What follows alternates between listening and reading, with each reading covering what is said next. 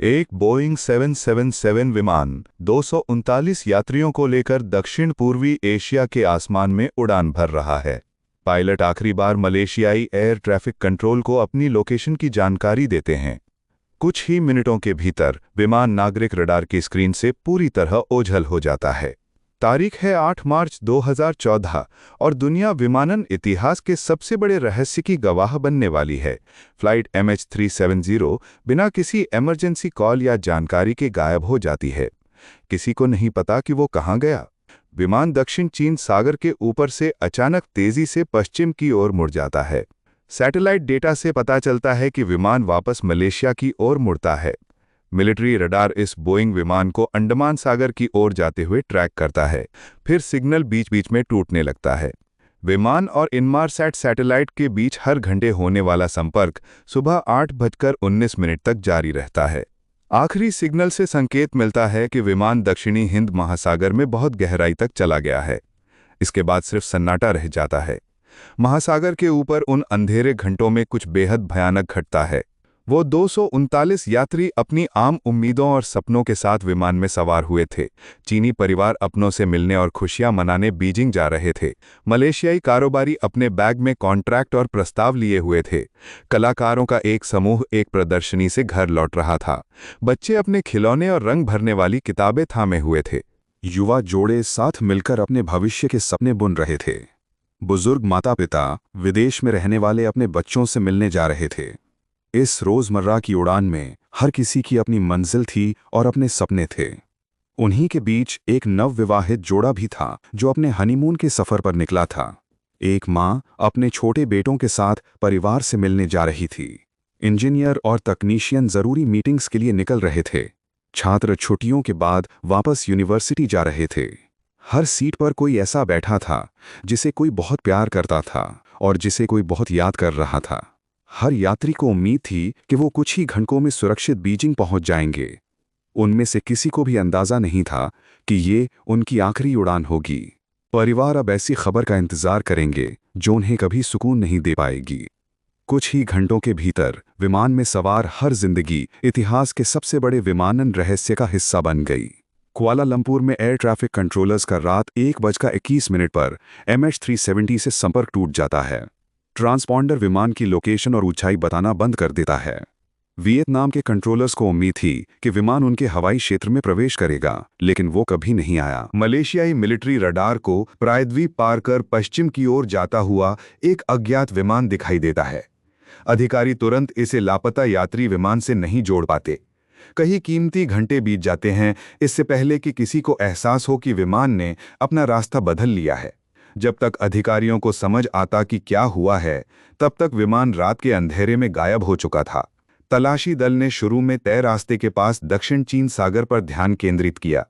कई देशों के जहाज़ों और विमानों ने समुद्र की सतह की छानबीन की। बिना किसी मलबे या तेल के निशान के कई दिन गुजर जाते हैं। फिर सैटेलाइट विश्लेषण से पश्चिम की ओर मुड़ने की चौंकाने वाली सच्चाई सामने आती है। जांचकर्ताओं को एहसास होता है कि वे अब तक बिल्कुल गलत जगह तलाश कर रहे थे। तलाशी अभियान को हजारों किलोमीटर दूर हिंद महासागर की ओर मोड़ दिया जाता है। तलाशी का क्षेत्र इतना बढ़ जाता है कि उस पर विश्वास करना मुश्किल हो जाता है। निगरानी के इस आधुनिक युग में एक पूरा बोइंग 777 विमान महज गायब कैसे हो सकता है? बीजिंग एयरपोर्ट पर परिवार अपने उन अपनों का इंतजार कर रहे हैं जो कभी नहीं आएंगे। मलेशियाई अधिकारी एक दूसरे से अलग जानकारियां और परस्पर विरोधी समय दे रहे थे। अंतर्राष्ट्रीय तलाशी दल समुद्र के तल की जांच के लिए जहाज और पनडुब्बियां तैनात करते हैं। समुद्र के नीचे का इलाका गहरी खाइयों और पहाड़ों के कारण बेहद खतरनाक साबित होता है। तकनीक उन गहराइयों में अपनी सीमाओं को चुनौती दे रही थी। महीनों तक तलाशी चलती रही, लेकिन विमान का कोई पुख्ता मलबा नहीं मिला। उम्मीदें धुंधली पड़ने लगीं, लेकिन संकल्प कम नहीं हुआ। महासागर अपना रहस्य नीचे कहीं अंधेरे में छिपाए हुए था। तलाशी अभियान ने आखिरकार समुद्र तल के 1,20,000 वर्ग किलोमीटर से ज्यादा के इलाके को कवर किया। सोनार उपकरणों ने पहली बार समुद्र के उस तल का नक्शा तैयार किया जिसके बारे में पहले कोई जानकारी नहीं थी। यह अभियान विमानन इतिहास की सबसे महंगी तलाश बन गया। साल 2017 में मुख्य मलबे का पता लगाए बिना आधिकारिक खोज बंद कर दी गई। निजी कंपनियों ने तलाश जारी रखने की पेशकश की। ओशन इन्फिनिटी ने स्वचालित पानी के नीचे चलने वाले वाहनों का उपयोग करके एक नई खोज शुरू की। फिर भी विमान हर कोशिश को नाकाम कर देता है। हिंद महासागर के द्वीपों और तटों पर विमान का मलबा बहकर आने लगता है। जुलाई 2015 में रीयूनियन द्वीप पर एक फ्लैपरॉन मिलता है। जांचकर्ता पुष्टि करते हैं कि ये बोइंग 777 का ही हिस्सा है। मेडागास्कर और मोजाम्बिक के तटों पर और भी टुकड़े मिलते हैं। विशेषज्ञ उन पर जमी समुद्री काई और धातु के घिसाव का विश्लेषण करते हैं। 3 टुकड़ों की MH370 के हिस्से के रूप में पुख्ता पहचान हो जाती है। इन टुकड़ों से साबित हो जाता है कि विमान समुद्र में ही खत्म हुआ था। लेकिन वे ये नहीं बताते कि विमान का ज्यादातर मलबा कहाँ पड़ा है। हर टुकड़ा समुद्र की गहराई से किसी संदेश की तरह बहकर आता है, लेकिन मुख्य मलबा अब भी छिपा हुआ है। परिवार मलेशियाई अधिकारियों और एयरलाइन के बड़े अधिकारियों से जवाब मांगते हैं। ट्रांसपॉन्डर ने ठीक उसी पल सिग्नल देना क्यों बंद कर दिया? विमान को उसके रास्ते से किसने मोड़ा? जांचकर्ता हर रेडियो सिग्नल और रडार की हरकत की जांच करते हैं। कॉकपिट वॉइस रिकॉर्डर और फ्लाइट डेटा रिकॉर्डर अब भी समुद्र की गहराइयों में कहीं खोए हुए हैं। इन ब्लैक बॉक्स के बिना सच हजारों मीटर गहरे पानी के नीचे दबा हुआ है। सैटेलाइट इंजीनियरों ने इनमैरसैट डेटा का बारीकी से विश्लेषण किया। सैटेलाइट से मिले सिग्नल्स ने विमान के संभावित रास्तों के कई घेरे बना दिए। वैज्ञानिक ईंधन की खपत और विमान के प्रदर्शन के आधार पर गणना करते हैं। जटिल गणित के जरिए तलाश का दायरा कुछ खास निर्देशांकों तक सीमित कर दिया जाता है। 7वां घेरा जांच का मुख्य केंद्र बन जाता है। विशेषज्ञ हवा की गति और ऑटो पायलट सेटिंग्स पर बहस करते हैं। हर गणना विमान के आखिरी ठिकाने का पता लगाने की कोशिश करती है। आंकड़े एक जगह की ओर इशारा करते हैं, लेकिन तलाश करने वालों को वहां कुछ नहीं मिलता। जांचकर्ता इस रहस्यमयी गुमशुदगी के कई संभावित कारणों की पड़ताल करते हैं। एक यांत्रिक खराबी किसी अचानक हुई भयानक घटना की वजह हो सकती थी। आग या हवा का दबाव कम होने से क्रू जल्दी ही बेहोश हो सकता है। विशेषज्ञ विमान के रखरखाव के रिकॉर्ड और पुरानी सर्विस हिस्ट्री की जांच करते हैं। बोइंग 777 का सुरक्षा रिकॉर्ड शानदार रहा है। इस खास विमान के दस्तावेजों में भी खतरे का कोई संकेत नहीं मिलता। इंजीनियरिंग विश्लेषण में कोई स्पष्ट तकनीकी वजह सामने नहीं आती। सबूत तेजी से किसी उपकरण की खराबी के बजाय इंसान की जानबूझकर की गई हरकत की ओर इशारा करने लगते हैं। जांच अब फ्लाइट MH370 में सवार लोगों की ओर मुड़ जाती है।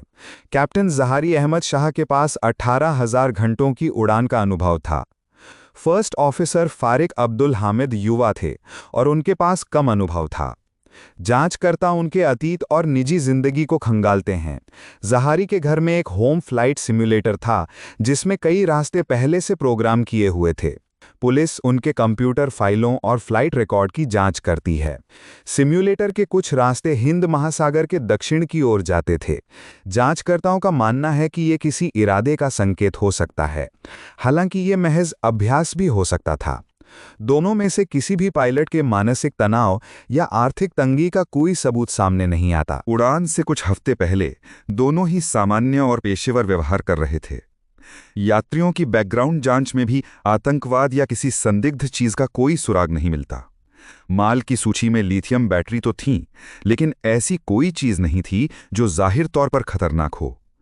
जांचकर्ताओं को अपहरण या तोड़फोड़ का कोई स्पष्ट मकसद नहीं मिलता। हर नाकाम सुराग के साथ रहस्य गहराता जाता है।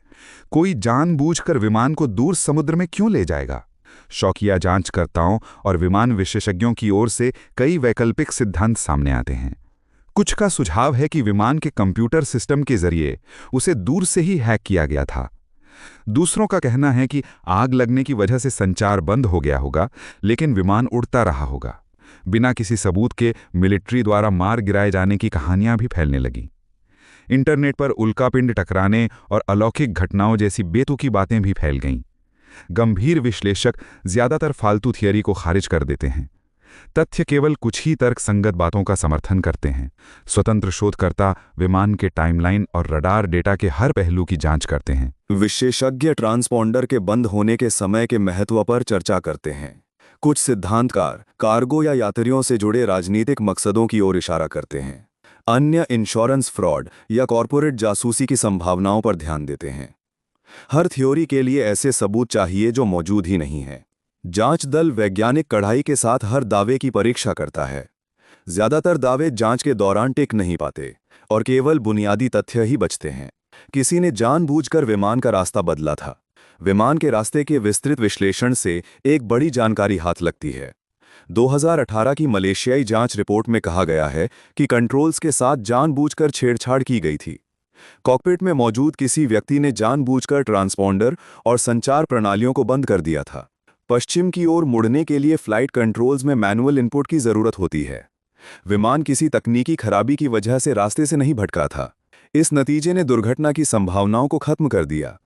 विमानन की जानकारी रखने वाले किसी व्यक्ति की जानबूझकर की गई कार्यवाही ही एकमात्र तर्कसंगत निष्कर्ष बचता है। रिपोर्ट में किसी खास अपराधी का नाम लेने से परहेज किया गया। जांचकर्ता निश्चित रूप से ये साबित नहीं कर सकते कि उन आखिरी घंटों के दौरान विमान किसके नियंत्रण में था। सबूत पायलट की संलिप्तता की ओर इशारा करते हैं, लेकिन पूरी तरह पुष्टि नहीं हो पाती। क्या कैप्टन जहारी ने 238 मासूम लोगों की जान लेते हुए पहले से योजना बनाकर आत्महत्या की थी? ये सवाल जांच से जुड़े हर व्यक्ति को परेशान करते हैं। सबूत मलबे के साथ ही दबे हुए हैं। जवाबों की कमी परिवारों को किसी भी चीज से ज्यादा तड़पाती है। माता पिता अपने बच्चों के आखिरी पलों को जाने बिना ही बूढ़े हो रहे हैं। जीवन साथी अपनों के शरीर को दफनाने के इंतजार में ही शोक मना रहे हैं। बच्चे माता पिता की कमी और अनसुलझे सवालों के साथ बड़े हो रहे हैं। साथ मिलकर सच तलाशने के लिए परिवारों के बीच सपोर्ट ग्रुप बन गए हैं। वे तलाशदारी रखने के लिए सरकारों और विमानन अधिकारियों पर दबाव डालते हैं। बिना किसी समाधान के हर बीतता साल वार्षिक स्मृति समारोहों के साथ गुजर रहा है। यह भावनात्मक घाव बिना किसी जवाब के कभी नहीं भरता। ओशन इन्फिनिटी ने दिसंबर 2025 में तलाश की नई कोशिश की घोषणा की है। कंपनी ने $7 करोड़ के अनुबंध पर हस्ताक्षर किए हैं, जिसका भुगतान तभी होगा जब वे मलबा ढूंढ लेंगे। आधुनिक रोबोटिक पनडुब्बियां नए बहाव विश्लेषण के आधार पर नए क्षेत्रों की जांच करेंगी। बेहतर तकनीक ने खोज की नई उम्मीद जगाई है। ये तलाशी समुद्र के तल के 15,000 अतिरिक्त वर्ग किलोमीटर को कवर करेगी। परिवारों ने एक बार फिर उम्मीद करने की हिम्मत जुटाई है। शायद ये कोशिश आखिरकार MH370 का पता लगा लें। इस गुमशुदगी के बाद विमानन सुरक्षा में सुधार हुआ है। एयरलाइंस अब समुद्र के ऊपर विमानों को ज्यादा बार ट्रैक करती हैं। नए नियमों में बेहतर फ्लाइट रिकॉर्डर क्षमता की जरूरत बताई गई है। सैटेलाइट निगरानी सिस्टम अब मानक उपकरण बन गए हैं। इस इंडस्ट्री ने संचार की कमियों और ट्रैकिंग की सीमाओं के बारे में दर्दनाक सबक सीखे हैं। MH370 ने ऐसे बदलावों के लिए मजबूर किया जो भविष्य में ऐसे रहस्यों को रोक सकते हैं, लेकिन यह प्रगति एक भयानक कीमत पर आई है। शोधकर्ता मलबे का पता लगाने के लिए नई तकनीकों का प्रस्ताव दे रहे हैं। WSPR के शौकीन दावा करते हैं कि उनके रेडियो वेव विश्लेषण ने दुर्घटना वाली जगह को बिल्कुल सटीक पकड़ लिया है। शौकिया जांचकर्ता सैटेलाइट तस्वीरों को खंगाल रहे हैं। कंप्यूटर मॉडल हजारों संभावित रास्तों की नकल तैयार कर रहे हैं। हर नई थियरी की बारीकी से जांच और विश्लेषण किया जाता है। कुछ रास्ते कहीं नहीं ले जाते, जबकि अन्य कुछ दिलचस्प संभावनाएं दिखाते हैं।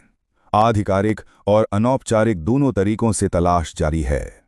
मार्च की उस रात को गुजरे हुए 11 साल से ज्यादा समय बीत चुका है। परिवार अब भी इकट्ठा होते हैं और अपने अपनों को याद करते हैं। जांचकर्ता अब भी डेटा की समीक्षा करते हैं, इस उम्मीद में कि कोई सुराग छूट न गया हो। महासागर अपना रहस्य अंधेरे और दबाव में कैद किए हुए है। हिंद महासागर की गहराई में कहीं न कहीं जवाब छिपा है। उन 239 लोगों का मिल जाना बेहद जरूरी है। उनके परिवार सच और शांति के हकदार हैं।